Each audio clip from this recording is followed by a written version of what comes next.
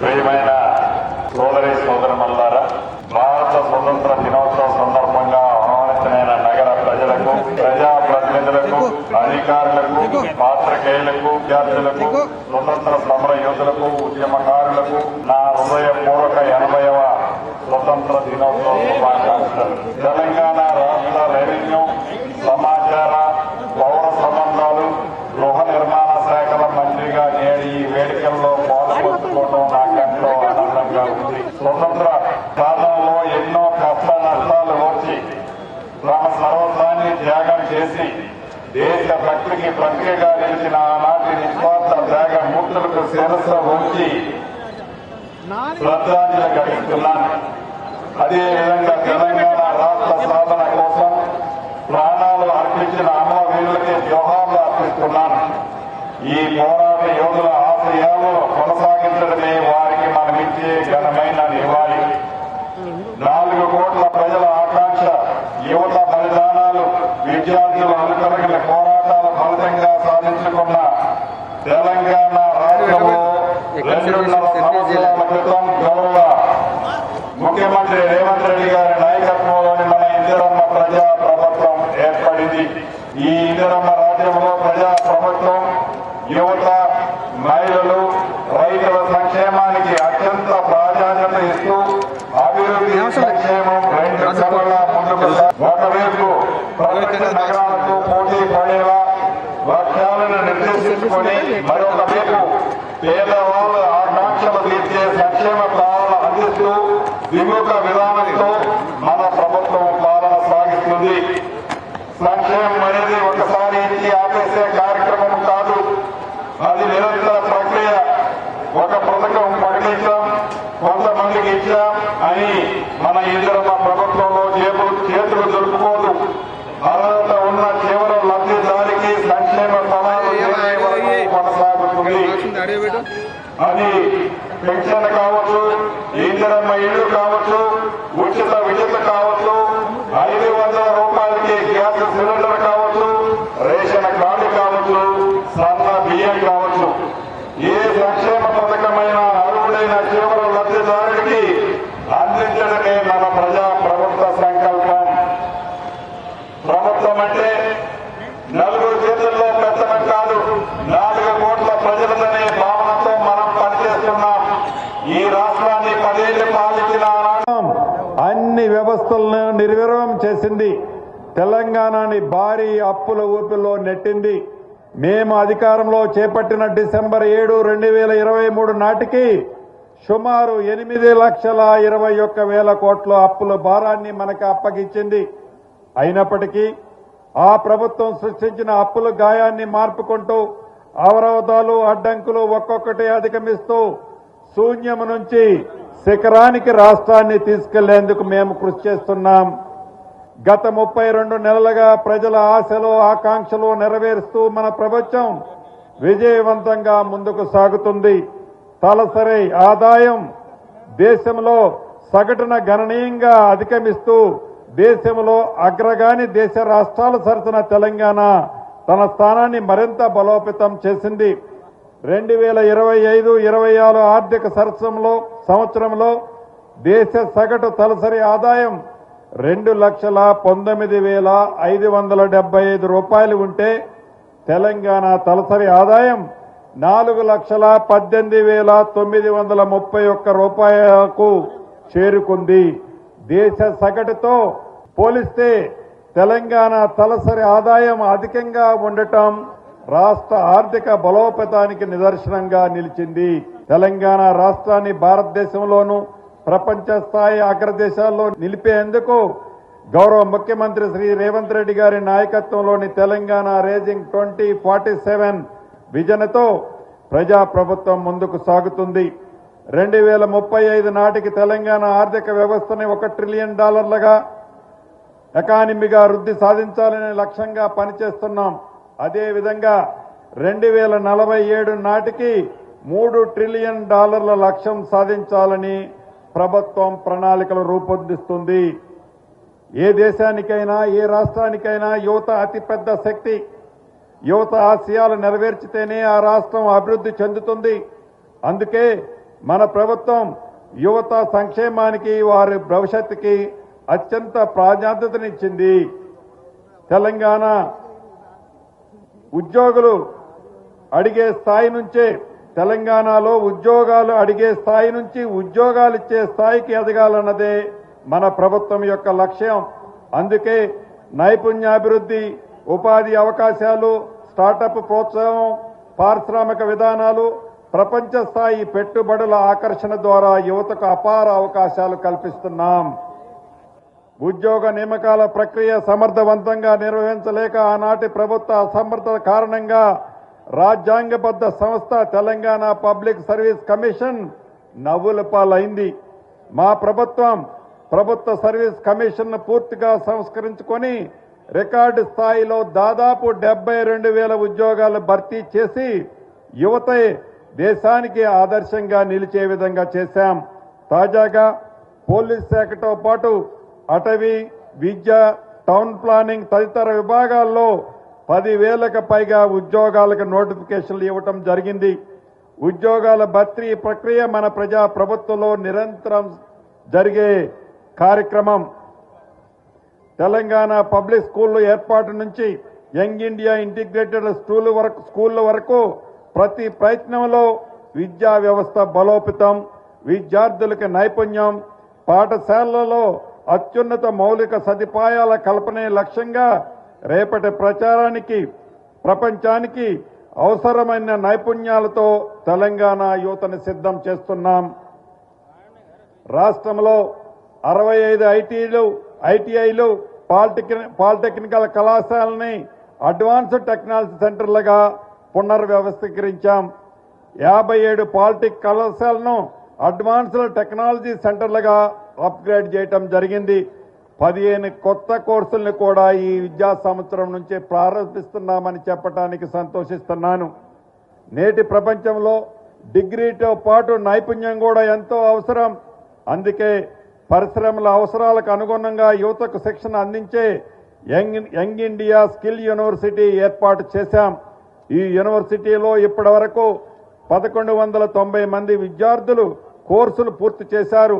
వీరిలో 838 మంది విద్యార్థులకి Microsoft, tech Mahindra, doctor Reddy's వంటి ప్రముఖ సంస్థల్లో ఉద్యోగాలు లభించాయి. ఇప్పటికే రాష్ట్రంలో 1962 ప్రాథమిక పాఠశాలలో ప్రీ ప్రైమరీ తరగతులు అందుబాటులోకి తెచ్చాం. ఈ ఏడాది కొత్తగా 2,769 స్కూళ్లలో ప్రీ ప్రైమరీ తరగతులు ఏర్పాటు చేస్తున్నాం. దీంతో ప్రభుత్వ పాఠశాలలు ఎన్రోల్మెంట్ శాతం పెరుగుతుంది.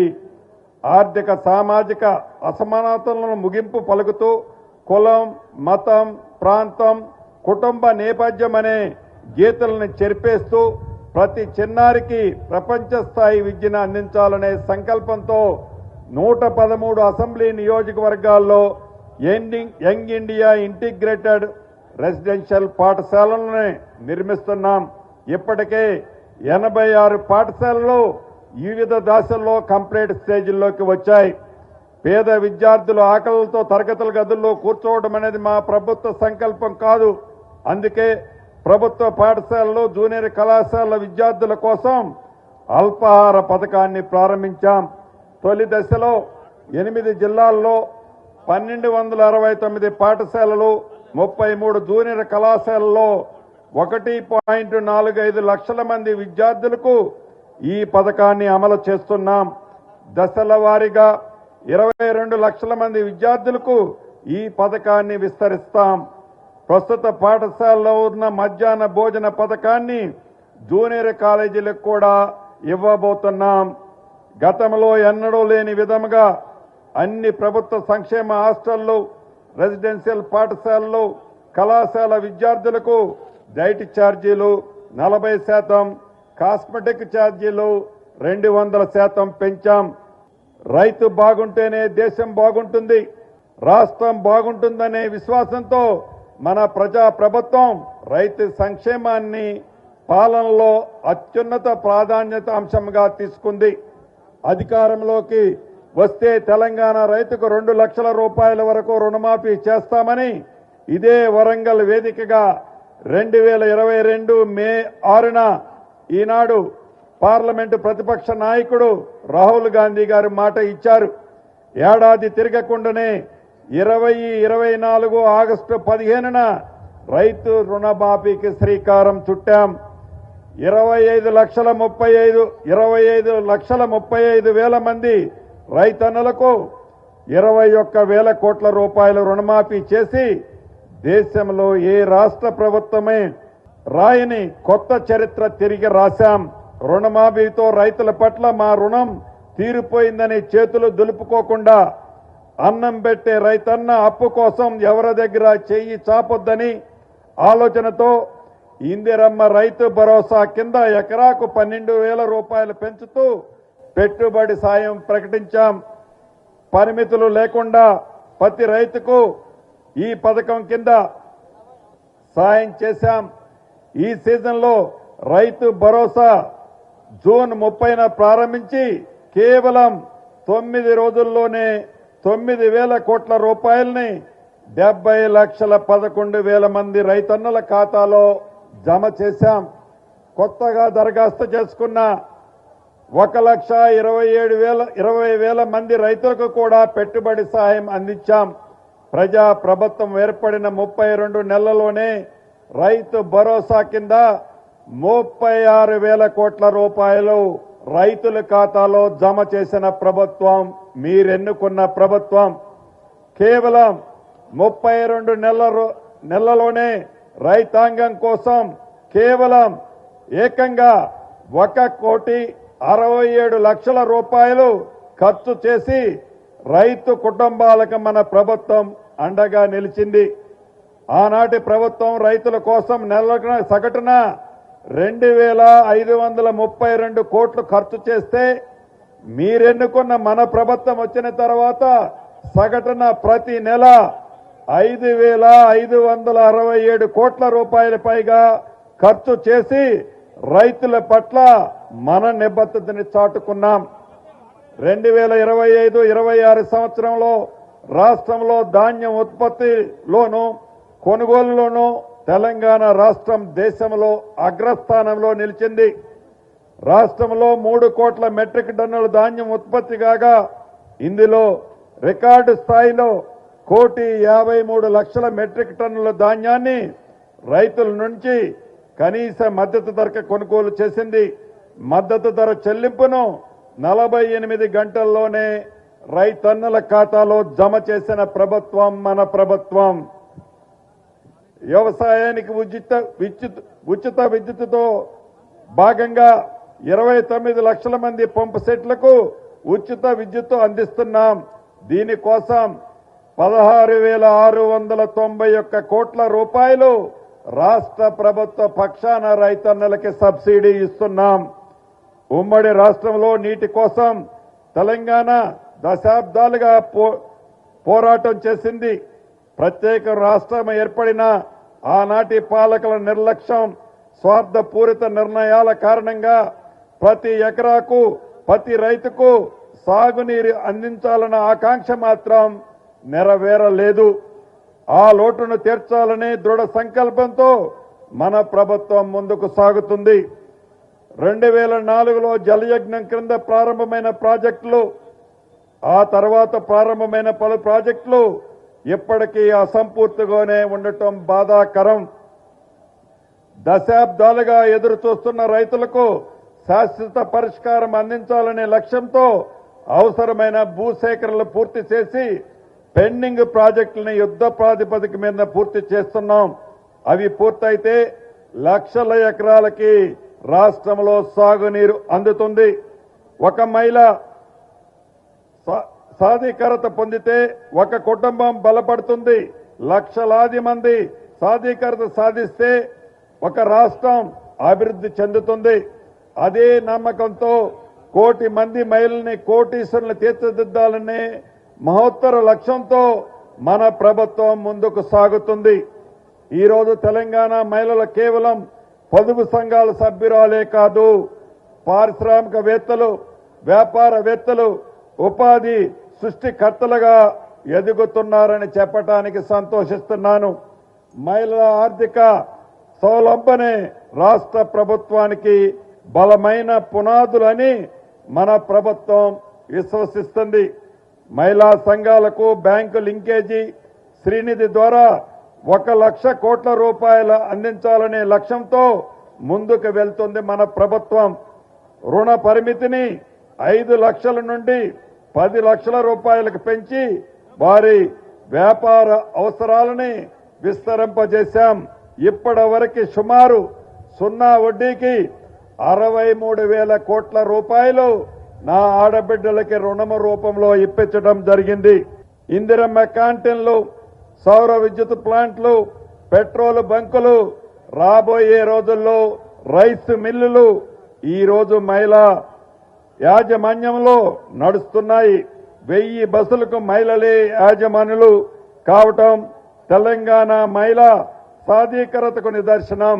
ఆడబిడ్డల ఆశీస్సులతో ఏర్పడిన ప్రజా ప్రభుత్వం తొలి పథకాన్ని ఆడబిడ్డల సంక్షేమం నుంచే మొదలుపెట్టింది మన ప్రభుత్వం. ఆర్టీసీ బస్సులో మహిళలకు ఉచిత ప్రయాణ సౌకర్యం అందిస్తున్న మహాలక్ష్మి పథకం విజయపథంలో కొనసాగుతుంది. ఈ పథకం ద్వారా రాష్ట్రంలోని ఆడబిడ్డలు దాదాపు 11,668 కోట్ల రూపాయలు ఆదా చేసుకోగలిగారు. మహాలక్ష్మి పథకంలో రాష్ట్రంలోని 43 లక్షల కుటుంబాలకు 500 రూపాయలకే ఎల్పీజీ గ్యాస్ సిలిండర్ని అందిస్తున్నాం. గృహజ్యోతి కింద 53,09,000 మందికి గృహాలకు 200 యూనిట్ల ఉచిత విద్యుత్ సరఫరా చేస్తున్నాం. సొంత ఇల్లు అన్నది పేదవాని జీవిత కళ. అది వారి ఆత్మ గౌరవం. కిరాయి ఇళ్లలో ఉండి ఇంట్లో ఎవరైనా చనిపోతే ఇంటి యజమాని ఒప్పుకోకపోవడంతో భౌతిక కాయాన్ని ఆఖరి చూపు కోసం ఇంటిలో కూడా తీసుకురాలేని వాళ్ళు పడే బాధ వర్ణాతీతం. ఆ దుస్థితి నుంచి వాళ్ళకి బయటకు తేవాలన్న సంకల్పంతో ఇందిరమ్మ ఇళ్లకు శ్రీకారం చుట్టాం. ఇది నా ఇల్లు అని పేదవాడు ధైర్యంగా ఆత్మగౌరవంగా బతికే పరిస్థితి తెస్తున్నాం. అందుకే మొదటి విడత రాష్ట్ర వ్యాప్తంగా 4.5 లక్షలు ఇందిరమ్మ ఇళ్లు మంజూరు చేశాం. ఇప్పటికే లక్షలాది మంది పేదలు గోప్రవేశాలు రాష్ట్ర వ్యాప్తంగా చేసుకున్నారు. తమ సొంతింటిలో అడుగు పెట్టారు. ఈ ఏడాది నియోజకవర్గానికి 2,000 చొప్పున రాష్ట్ర వ్యాప్తంగా మరొక 2.5 లక్షల ఇండ్లు రెండో విడత శాంక్షన్ చేయటం జరిగింది.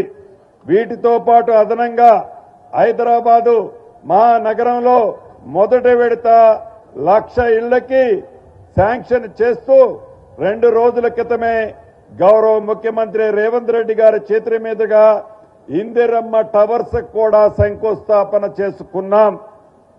గత ప్రభుత్వం పేదల జీవనోపాధిని దెబ్బతీసే విధంగా ప్రభుత్వ స్థలాలు ఎక్కడ ఉంటే అక్కడ హైదరాబాద్ నగరానికి 30 నుంచి 40 కిలోమీటర్ల దూరంలో అరాకొరగా డబుల్ బెడ్రూమ్ ఇళ్లను నిర్మించింది. తమ జీవనోపాధి దెబ్బతింటుందని పేద ప్రజలు అక్కడ వెళ్లలేకపోవడంతో ఆ ఇళ్లు నిరుపయోగంగా మారాయి. అటువంటి తప్పులు పునరావృతి కాకుండా పేదల జీవనోపాధికి ఏమాత్రం ఇబ్బంది లేకుండా నియోజకవర్గాన్ని యూనిట్గా తీసుకొని క్యూర్ పరిధిలోని పేదల నివాసం ఉంటున్న సమీప ప్రాంతాల్లోనే ఉన్న ప్రభుత్వ స్థలాల్లో 1,00,000 ఇళ్లకి నిర్మాణం మొదలు విడతలో ప్రయోగాత్మకంగా ప్రతి నియోజకవర్గంలో మొదలు పెట్టాం. కోట్ల రూపాయలు విలువ చేసే ఈ ప్రభుత్వ స్థలాల్లో అన్డివైడెడ్ షేర్ కింద 60 లక్షల రూపాయల నుంచి 1 కోటి రూపాయలు విలువ చేసే 25 నుంచి 30 గజాల స్థలాన్ని నా పేదింటి ఆడబిడ్డలకి ఉచితంగా రిజిస్ట్రేషన్ చేస్తున్నాం. మీరు ఆశీర్వదించిన ప్రభుత్వంలో గౌరవ ముఖ్యమంత్రి రేవంత్ రెడ్డి గారు ఇందాక చెప్పినట్లు 2 రోజుల క్రితమే ఆ కార్యక్రమాన్ని కూడా శంకుస్థాపన చేసుకున్నాం. స్వతంత్రం అంటే కేవలం దేశానికి రాజకీయ స్వేచ్ఛ మాత్రమే కాదు, ప్రతి పౌరుడికి తన భూములపై ఉన్న హక్కు, ఆస్తిపై ఎలాంటి వివాదాలు లేకపోవడం కూడా స్వతంత్రమే ఫలితమే. అందుకే గౌరవ ముఖ్యమంత్రి రేవంత్ రెడ్డి గారి నాయకత్వంలోని మన ప్రభుత్వం భూ వివాదాలు లేని తెలంగాణ నిర్మాణాన్ని లక్ష్యంగా పెట్టుకుంది. దశాబ్దాలుగా ప్రజలను వేధిస్తున్న భూ సమస్యలకు శాశ్వత పరిష్కారం చూపేందుకు రెవెన్యూ శాఖలో విప్లవాత్మకమైన సంస్కరణలకు శ్రీకారం చుట్టాం. ధరణి పోర్టల్ కారణంగా రైతాంగం ఎదుర్కొంటున్న సమస్యల నుంచి శాశ్వత విముక్తిని కల్పించేలా తెలంగాణ రాష్ట్రంలో భూ సమస్యల పరిష్కారం లక్ష్యంగా ప్రజల కోరిన భూ వివాదాలు లేని తెలంగాణ ఉండాలనే సంకల్పంతో ప్రజా ప్రభుత్వం చరిత్రాత్మకమైన భూభారతి చట్టాన్ని తీసుకొచ్చింది. ఈ చట్టం అమల్లోకి వచ్చిన ఏప్రిల్ 14, 2025 నుంచి ఇప్పటి వరకు 5,56,000 కొత్త పాస్బుక్లని నా రైతన్న సోదరులకే అందించడం జరిగింది. రైతులకు పారదర్శకంగా సులభతరమైన సేవలు అందించడానికి ల్యాండ్ సర్వే రిజిస్ట్రేషన్ విభాగాల్ని ఒకే గొడుగు కిందకు తెస్తూ రూపొందించిన ఇంటిగ్రేటెడ్ భూభారతి పోర్టల్ని ఏప్రిల్ 2వ తేదీ నుంచి రాష్ట్రంలో 5 మండలాల్లో ప్రయోగాత్మకంగా అమలు చేస్తున్నాం. ఇక్కడ ఎదురయ్యే మంచి చెడుల్ని పరిగణనలోకి తీసుకొని దశల వారీగా రాష్ట్ర వ్యాప్తంగా అమలు చేస్తాం. మన రాష్ట్రంలో చాలా ప్రాంతాల్లో ఇప్పటికే నిజాం కాలం నాటి సర్వే రికార్డులే ఆధారంగా ఉన్నాయి. కాలక్రమేణా భూముల విభజన కావడం, పట్టణీకరణ పెరగటం, సరిహద్దులు మారటం వలన అనేక భూ వివాదాలు ఏర్పడ్డాయి. ఈ సమస్యలకు శాశ్వత పరిష్కారం చూపాలనే సంకల్పంతో ఆధునిక సాంకేతిక పరిజ్ఞానాన్ని వినియోగిస్తూ సమగ్ర రీసర్వే నిర్వహిస్తున్నాం. రాష్ట్ర వ్యాప్తంగా దళారి వారీగా రీసర్వే చేపడుతున్నాం. మొదటి దశలో 32 జిల్లాల్లోని 2,240 గ్రామాల్లో ఈ కార్యక్రమం ప్రారంభించాం. అలాగే నిజాం కాలం నుంచి నక్షాలు లేని గ్రామాల్లో రీసర్వే నిర్వహించి రైతులకి స్పష్టమైన హక్కులని కల్పిస్తున్నాం. రీసర్వే అనంతరం ప్రతి సర్వే మ్యాప్కు ఎల్పిఎం యూనిట్ నెంబరు, ప్రతి నెంబర్కు ఆధార్ నెంబర్ మాదిరిగానే భూధార్ నెంబర్ కూడా కేటాయిస్తున్నాం. ఇదే విధానాన్ని దశల వారీగా రాష్ట్ర వ్యాప్తంగా చివరి ఇంచు వరకు అమలు చేస్తాం. గ్రామ స్థాయి వరకు రెవెన్యూ సేవలు అందిస్తామని ఎన్నికల్లో ఇచ్చిన హామీలు నిలబెట్టుకున్నాం. రాష్ట్రంలోని 10,954 రెవెన్యూ గ్రామాలను క్లస్టర్ల వారీగా విభజించి గ్రామ పరిపాలనా అధికారుల్ని జీపీఓలను నియమించాం. అదేవిధంగా 5,520 లైసెన్స్డ్ సర్వేర్ల సేవలను అందుబాటులోకి తీసుకొస్తున్నాం. ఆనాటి పాలకులు వారికి తోచినట్లుగా మండలాలను ఏర్పాటు చేశారు. కానీ సంవత్సరాలు గడిచినా పోస్టులను మంజూరు చేయలేదు. కానీ మన ప్రభుత్వం కొత్త మండలాలకు అవసరమైన వివిధ కేటగిరీల్లోని 272 పోస్టులని నియమించాం. అదేవిధంగా తొలి విడతలో సుమారు 560 కోట్ల రూపాయలతో రాష్ట్ర వ్యాప్తంగా 107 తహసీల్దార్ ఆఫీసులు, 11 ఆర్డీఓ కార్యాలయాలు, 53 సబ్ రిజిస్ట్రార్ కార్యాలయాలను శాశ్వత అత్యాధునిక భవనాలని నిర్మిస్తున్నాం. రాష్ట్రంలో ప్రజలందరికీ న్యాయమైన, నాణ్యమైన వైద్య సేవలు అందించడమే లక్ష్యంగా మన ప్రజా ప్రభుత్వం ఆరోగ్య వ్యవస్థను బలోపేతం చేస్తుంది. ఆరోగ్యశ్రీ అంటేనే కాంగ్రెస్ బ్రాండ్ స్కీమ్. గత 10 సంవత్సరాల్లో మసకబారిన ఈ పథకానికి పూర్వ వైభవం తీసుకొచ్చాం. ప్రజా ప్రభుత్వం అధికారంలోకి వచ్చిన వెంటనే ఆరోగ్యశ్రీ పరిమితిని 5 లక్షల నుంచి 10 లక్షల రూపాయల వరకు పెంచాం. రాష్ట్ర వ్యాప్తంగా 1,402 ఆసుపత్రుల్లో ఆరోగ్యశ్రీ సేవలు అందుబాటులో ఉన్నాయి. మొత్తం ఆరోగ్యశ్రీ చికిత్సల సంఖ్య 1,835కు పెంచడం జరిగింది. ప్రజాస్వామ్యం అంటేనే ప్రజల మాట వినడం, వారి సమస్యల్ని వెంటనే పరిష్కరించడం చూపటం. అందుకే మన ప్రభుత్వం అధికారాన్ని ప్రజల గుమ్మం వద్దకు తీసుకెళ్లింది. గతంలో ప్రజలు తమ సమస్యలు చెప్పుకోవడానికి సరైన వేదిక కూడా లేకపోయింది.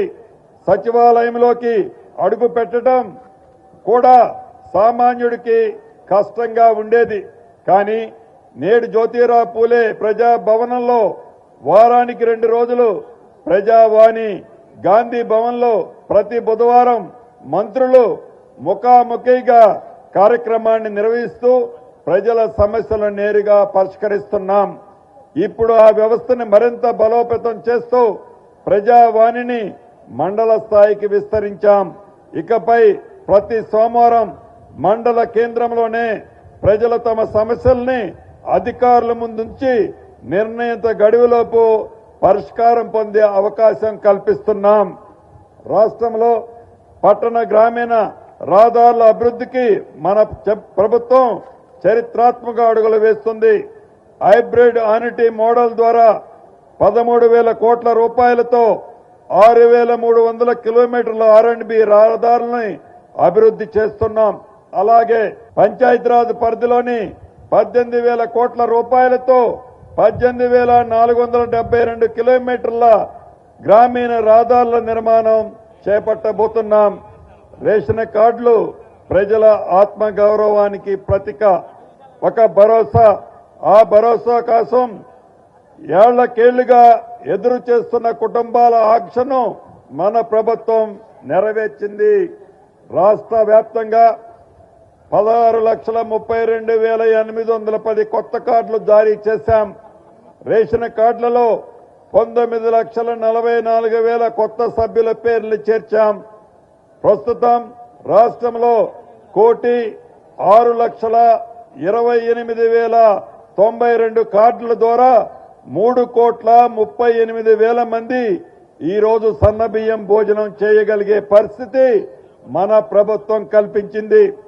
పాత కొత్త కలిపి రేషన్ కార్డులందరికీ కూడా ఈ రోజు నుంచి స్మార్ట్ రేషన్ కార్డుల్ని పంపిణీ చేస్తున్నాం.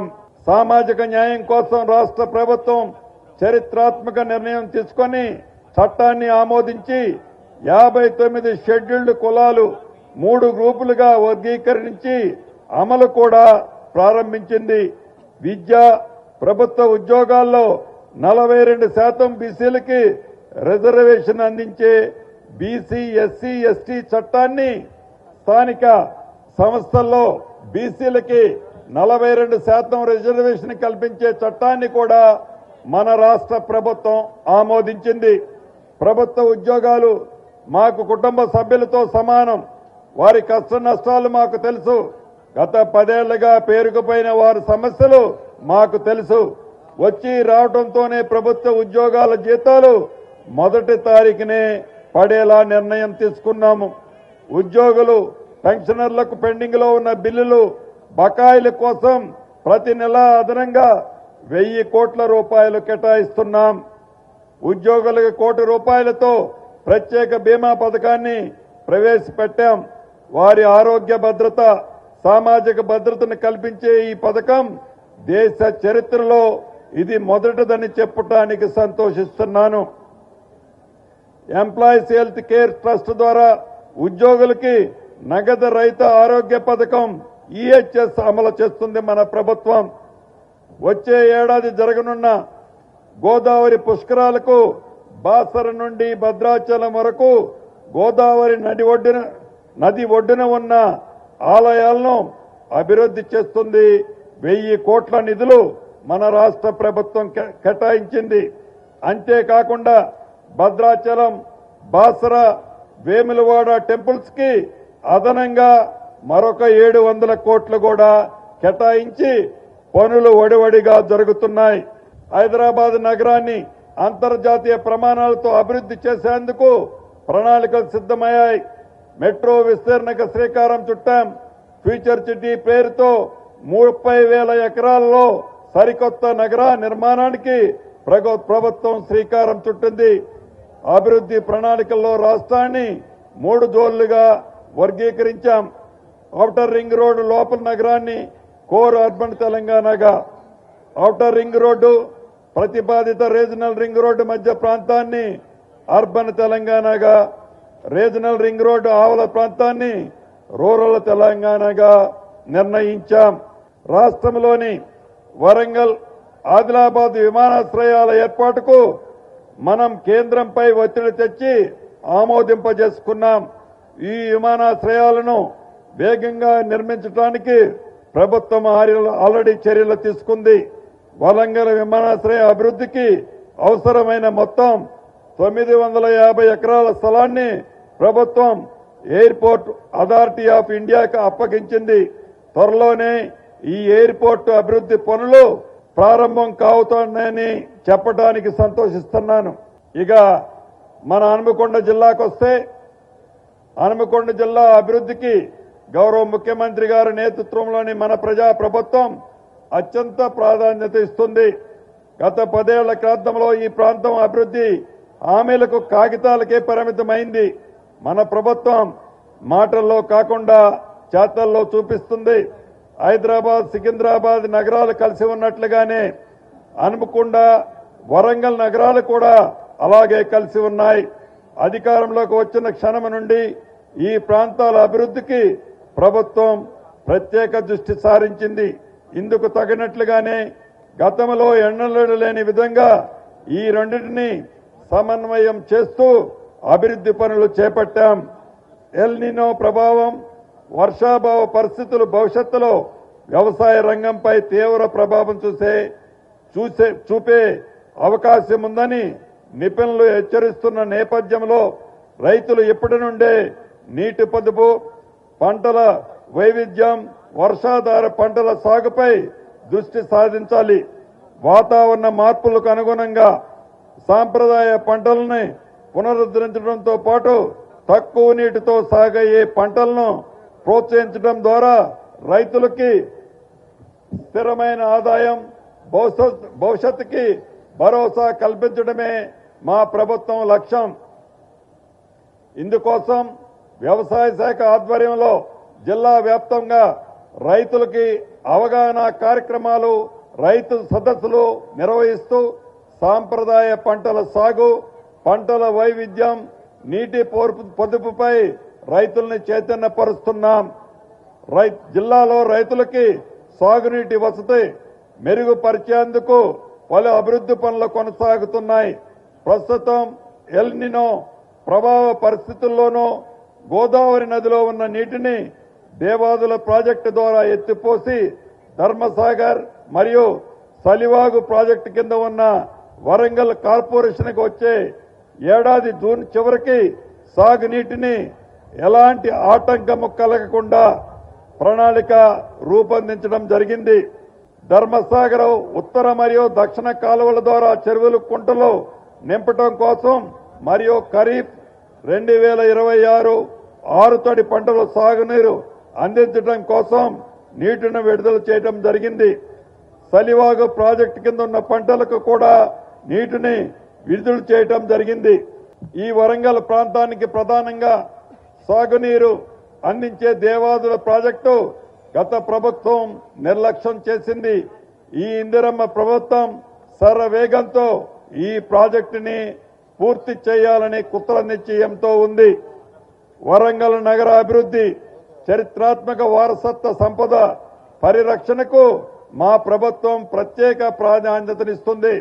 50 సంవత్సరాల సుదీర్ఘ కాలం తర్వాత 2040 వరకు జనాభా పెరుగుదలకు అనుగుణంగా భవిష్యత్ అవసరాలకు సరిపోయేలా మాస్టర్ ప్లాన్ అమలు చేసుకున్నాం. 2057 జనాభాను దృష్టిలో పెట్టుకుని 5,300 కోట్ల రూపాయలతో అండర్ గ్రౌండ్ డ్రైనేజ్ పనులు ప్రారంభించుకున్నాం. చరిత్రాత్మక భద్రకాళి దేవాలయ అభివృద్ధిలో భాగంగా చేపట్టిన మాడు వీధుల నిర్మాణ పనులు చివరి దశలో ఉన్నాయని చెప్పడానికి సంతోషిస్తున్నాను. హన్మకొండ నగర తాగునీరు మరియు మౌలిక వసతులకి 551 కోట్ల రూపాయలతో పనులు చేపడుతున్నాం. 100 కోట్ల రూపాయలతో నగర మౌలిక వసతుల కోసం అభివృద్ధి పనులు చేపట్టాం. జిల్లాలోని భీమదేవరపల్లి మండలం వంగర గ్రామంలో 7 కోట్ల రూపాయల నిధులతో మాజీ ప్రధానమంత్రి స్వర్గీయ పివి నరసింహారావు గారి విజ్ఞాన వేదిక అభివృద్ధి పనులు చివరి దశలో ఉన్నాయని చెప్పడానికి సంతోషిస్తున్నాను. 3 కోట్ల రూపాయల ఎలకతుర్తి జంక్షన్ ని ప్రారంభించుకున్నాం. అదేవిధంగా 5 కోట్ల రూపాయలతో కాకతీయ మ్యూజికల్ గార్డెన్ పునరుద్ధరణ పనులు చేపట్టడం జరిగింది. 572 కోట్ల రూపాయల అంచనాతో 45 కిలోమీటర్ల పొడవుతో 200 అడుగుల ఇన్నర్ రింగ్ రోడ్డు నిర్మాణం ప్రారంభమై పనులు వేగవంతంగా జరుగుతున్నాయి. హనుమకొండ కాజీపేట రహదారిపై 78 కోట్ల రూపాయలతో నిర్మిస్తున్న రైల్వే ఓవర్ బ్రిడ్జ్ నిర్మాణ పనులు, అదే రకంగా 68 కోట్లతో ఫాతిమా నుండి మామ్నూర్ రహదారిపై నిర్మిస్తున్న రైల్వే ఓవర్ బ్రిడ్జి పనుల నిర్మాణ పనులు పురోగతిలో ఉన్నాయి. జిల్లాలో అత్యాధునిక మౌలిక వసతులతో ఒక్కో పాఠశాల 10 కోట్ల రూపాయలతో 4 తెలంగాణ పబ్లిక్ స్కూళ్లు ఏర్పాటు చేసుకోబోతున్నాం. అదేవిధంగా జిల్లాలో 2 యంగ్ ఇండియా ఇంటిగ్రేటెడ్ రెసిడెన్షియల్ పాఠశాలలో మంజూరు చేసి పనులు కూడా ప్రారంభించుకున్నాం. పరకాలలో 35 కోట్ల రూపాయల అంచనా వ్యయంతో చేపట్టిన 100 పడకల ఆసుపత్రి నిర్మాణం పనులు చురుగ్గా సాగుతున్నాయి. ప్రజలకి మెరుగైన రవాణా సౌకర్యం కల్పించడానికి జిల్లాలో రోడ్డు భవనాల శాఖ ఆధ్వర్యంలో 574 కోట్ల వ్యయంతో రహదారులు, రోడ్లు, వంతెన నిర్మాణ పనులు చేపడుతున్నాం. అదేవిధంగా 395 కోట్ల వ్యయంతో హైబ్రిడ్ యానిటీ మోడ్ పద్ధతిలో రహదారి అభివృద్ధి పనులు కొనసాగుతున్నాయి.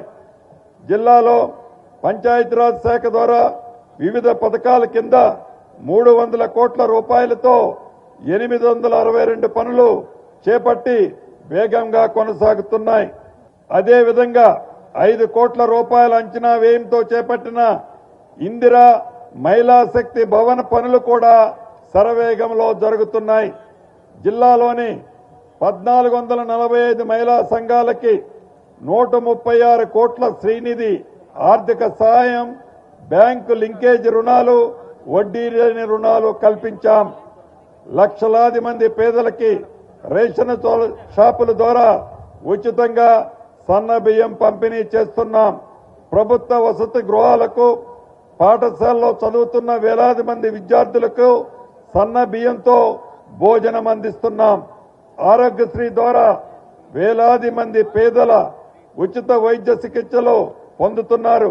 హనుమకొండ జిల్లాలో మహాలక్ష్మి పథకం కింద కోట్లాది మంది మహిళలకు ఉచిత బస్సు సౌకర్యాన్ని, గృహలక్ష్మి పథకం ద్వారా వేలాది మంది మహిళలు ఉచిత సిలిండర్ల పథకాన్ని, గృహజ్యోతి పథకం కింద లక్షల మందికి పైగా కుటుంబ సభ్యులు ఉచితంగా 200 యూనిట్ల వరకు విద్యుత్తుని ఉపయోగించుకుంటున్నారు.